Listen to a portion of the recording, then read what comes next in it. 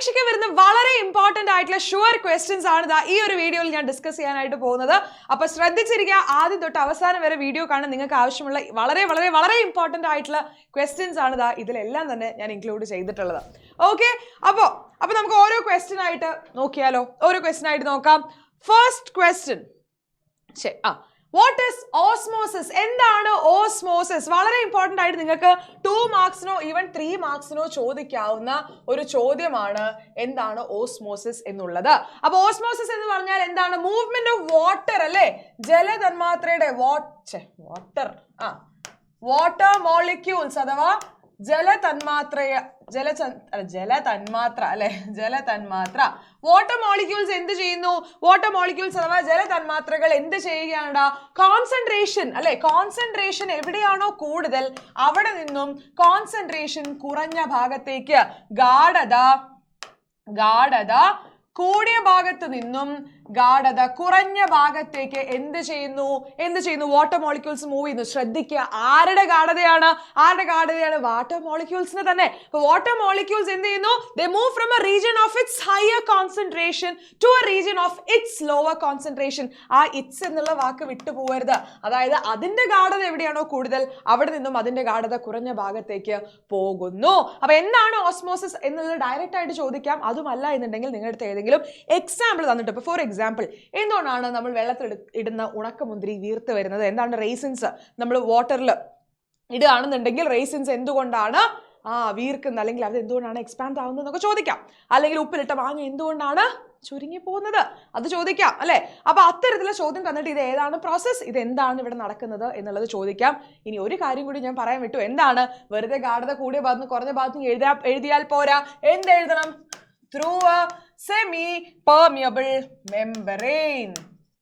ഒരു semi permeable membrane അഥവാ അർദ്ധതാര്യ സ്തരത്തിലൂടെ ആയിരിക്കും എന്ത് ചെയ്യുന്നുണ്ടാവുക?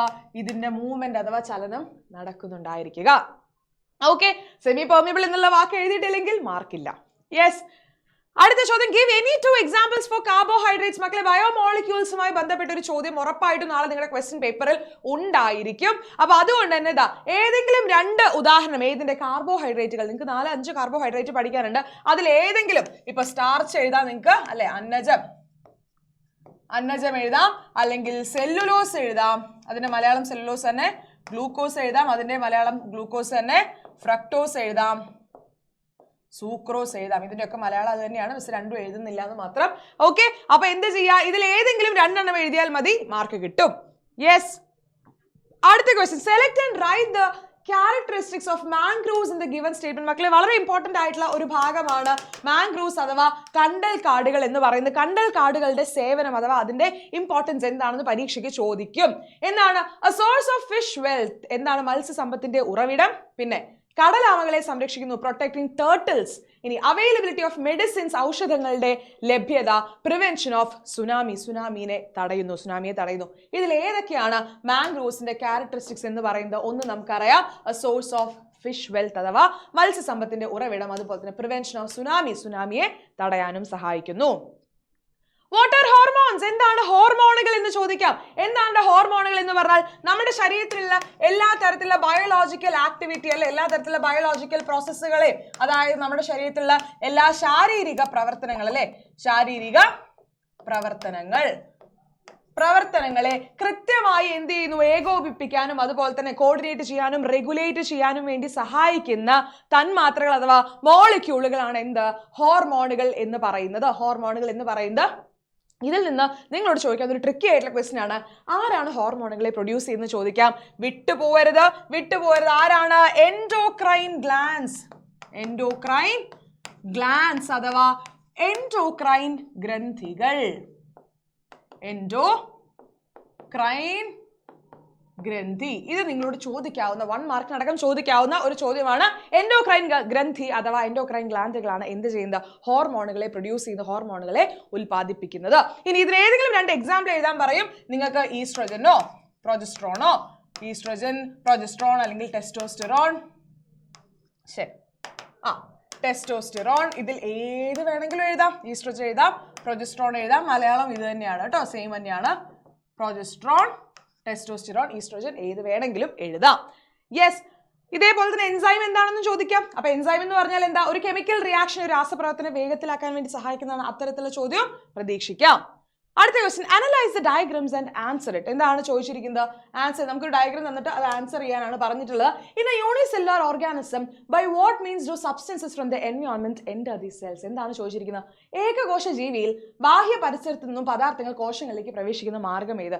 ഏകകോശ ജീവികളിൽ എങ്ങനെയായിരിക്കും? നേരെ പുറമേ നിന്നും എന്ത് ചെയ്യും? പുറമേ നിന്നും കോശസ്തരം അഥവാ സെൽ മെംബ്രെയിൻ അല്ലെ, കോശസ്തരം വഴിയായിരിക്കും എന്ത് ചെയ്യുന്നുണ്ടായിരിക്കുക? ഈ പറയുന്ന കോശത്തിന്റെ അകത്തേക്ക് പദാർത്ഥങ്ങൾ എത്തുന്നുണ്ടായിരിക്കുക. ഓക്കെ, ഏതാണ്? Through cell membrane. Cell membrane അഥവാ കോശസ്തരം വഴി എത്തുന്നു. How is it different in animals? How is it different in animals? എന്താണ്? ജന്തുക്കളിൽ ഇത് എങ്ങനെ വ്യത്യാസപ്പെട്ടിരിക്കുന്നു? ജന്തുക്കളിലാണെങ്കിൽ എങ്ങനെയാണ്? എക്സ്റ്റേണൽ എൻവയോൺമെന്റിൽ നിന്നും പദാർത്ഥങ്ങൾ എന്ത് ചെയ്യും? ബോഡിയുടെ അകത്തേക്ക് എത്തി അവിടെ നിന്നും ബോഡിയിൽ ചില മാറ്റങ്ങൾ സംഭവിക്കും അല്ലെ. ചില മാറ്റങ്ങൾ അഥവാ ചേഞ്ചസ് സംഭവിച്ച ശേഷം ആ മാറ്റങ്ങൾക്ക് ശേഷമാണ് എന്ത് ചെയ്യുക? കോശത്തിനകത്തേക്ക് എത്തുന്നത്. അപ്പൊ ആ മാറ്റങ്ങൾക്ക് ശേഷം എക്സ്റ്റേണൽ എൻവയോൺമെന്റ് അഥവാ ബാഹ്യ പരിസ്ഥിതിയിൽ നിന്നും പദാർത്ഥങ്ങൾ എന്ത് ചെയ്യുന്നു? ശരീരത്തിനകത്ത് എത്തി അവിടെ നിന്നും ചില മാറ്റങ്ങൾ സംഭവിച്ച് എന്ത് ചെയ്യുന്നു? ഈ പറയുന്ന എക്സ്ട്രാ സെല്ലുലാർ ഫ്ലൂയിഡ് അഥവാ നമ്മുടെ കോശങ്ങൾക്കിടയിലെ ദ്രവത്തിലേക്ക് എത്തുന്നു. അവിടെ നിന്നും കോശത്തിനകത്തേക്ക് കയറുന്നു. കോശത്തിന്റെ ഏത് ഭാഗത്തേക്കാണ് പദാർത്ഥങ്ങൾ സംവഹിക്കുന്നത്? എന്താണ്? ഏത് ഭാഗത്തേക്കാണ്? ഇതിലാണെങ്കിലും കോശത്തിന്റെ ഏത് ഭാഗത്തേക്കാണ് പോകുന്നത്? വളരെ ഈസി. ഏതാണ്? കോശദ്രവ്യം. അതായത് നമ്മുടെ സൈറ്റോപ്ലാസം അല്ലെ, നമ്മുടെ സൈറ്റോപ്ലാസത്തിലേക്കാണ്. സെൽ മെംബ്രെയിനിലൂടെ നേരെ ഇതൊക്കെ എത്തുന്നത് എങ്ങോട്ടാണ്? സൈറ്റോപ്ലാസത്തിലേക്കാണ്. ഓർത്ത് വെക്കാം. Differentiate between light face and dark face in photosynthesis. വളരെ ഇമ്പോർട്ടന്റ് ആയിട്ടുള്ള ഒരു ക്വസ്റ്റൻ ആണ്.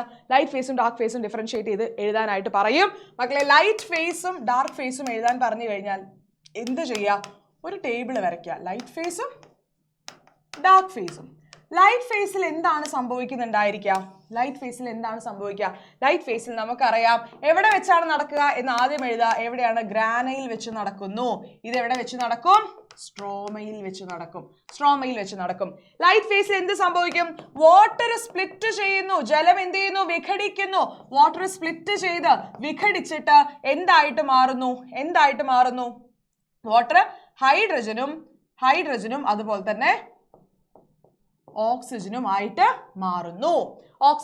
മാറുന്നു. ഇതിന്റെ കൂടെ തന്നെ എന്താണ്? ATP അഥവാ നമ്മുടെ ഈ പറയുന്ന എനർജി മോളിക്യൂൾ അല്ലെ, എനർജി മോളിക്യൂൾ ആയിട്ടുള്ള ഊർജ്ജ തന്മാത്രയായിട്ടുള്ള ATP രൂപപ്പെടുന്നു. ATP എന്ന് പറയുന്നത് ഉണ്ടാവുന്നു. യെസ്, ഈ ഓക്സിജൻ എന്ന് പറയുന്നത് എന്ത് ചെയ്യും മക്കളെ? ഈ ഓക്സിജൻ എന്താ ചെയ്യുക? ഓക്സിജൻ നേരെ പുറത്തേക്ക് റിലീസ് ചെയ്യും. ഈ ATPയും ഈ ഹൈഡ്രജനും കൂടി നേരെ എന്ത് ചെയ്യും? ഇവർ രണ്ടുപേരും കൂടി നേരെ ഇങ്ങോട്ട് പോകും. എവിടേക്ക്? നമ്മുടെ സ്ട്രോമയിലേക്ക്. അവിടെ ചെന്ന് ഹൈഡ്രജനും അതുപോലെ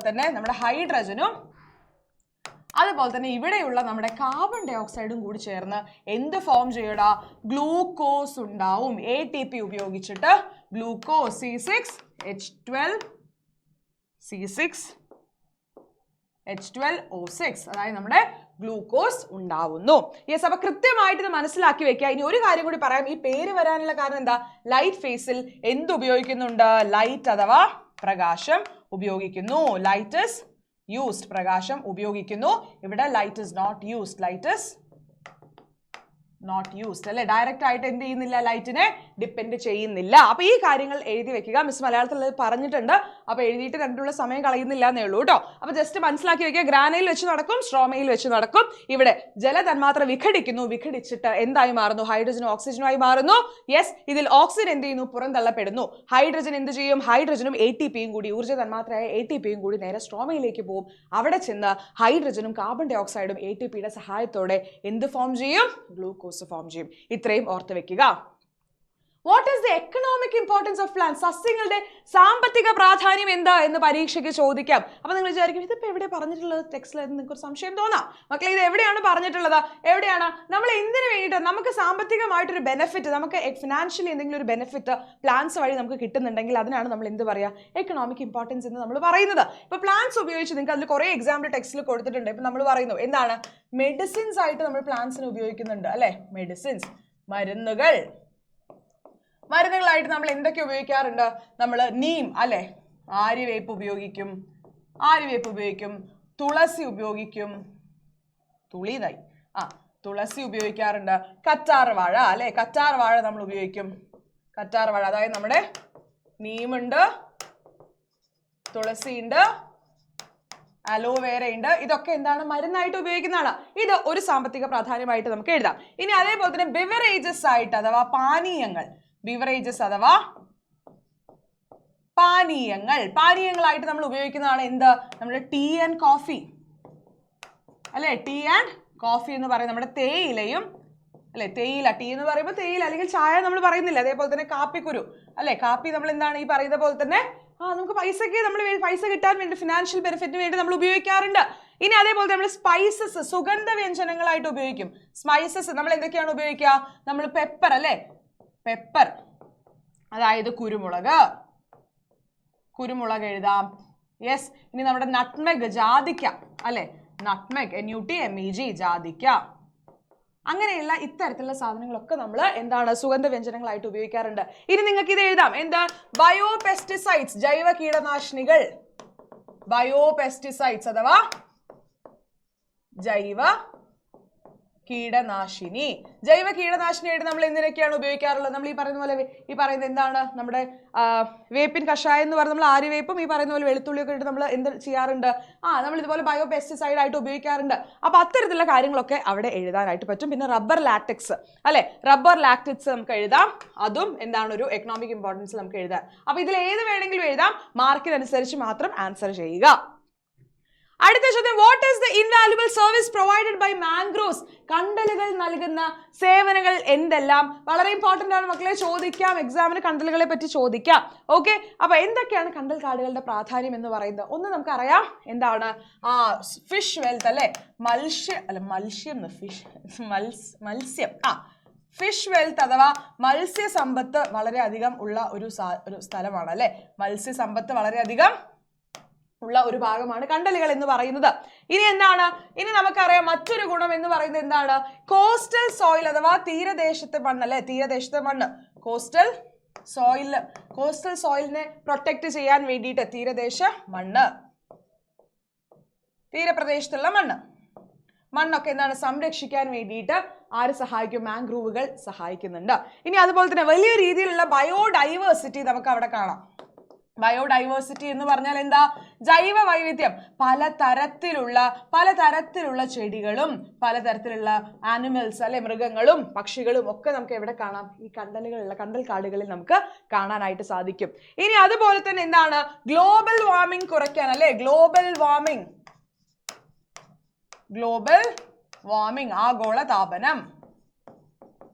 ആഗോളതാപനം അഥവാ ഗ്ലോബൽ വാർമിംഗ് കുറയ്ക്കാനായിട്ട് 4-5 തവണ അല്ലെ, നമ്മൾ സാധാരണ പ്ലാന്റ്സിനെ അപേക്ഷിച്ച് കണ്ടൽ കാടുകൾ 4-5 ഇരട്ടി എന്താണ് ഈ പറയുന്ന കാർബൺ ഡൈ ഓക്സൈഡിനെ വലിച്ചെടുക്കുകയും ഗ്ലോബൽ വാർമിങ്ങിനെ അഥവാ ആഗോളതാപനത്തിനെ കുറയ്ക്കാനായിട്ട് സഹായിക്കുകയും ചെയ്യും.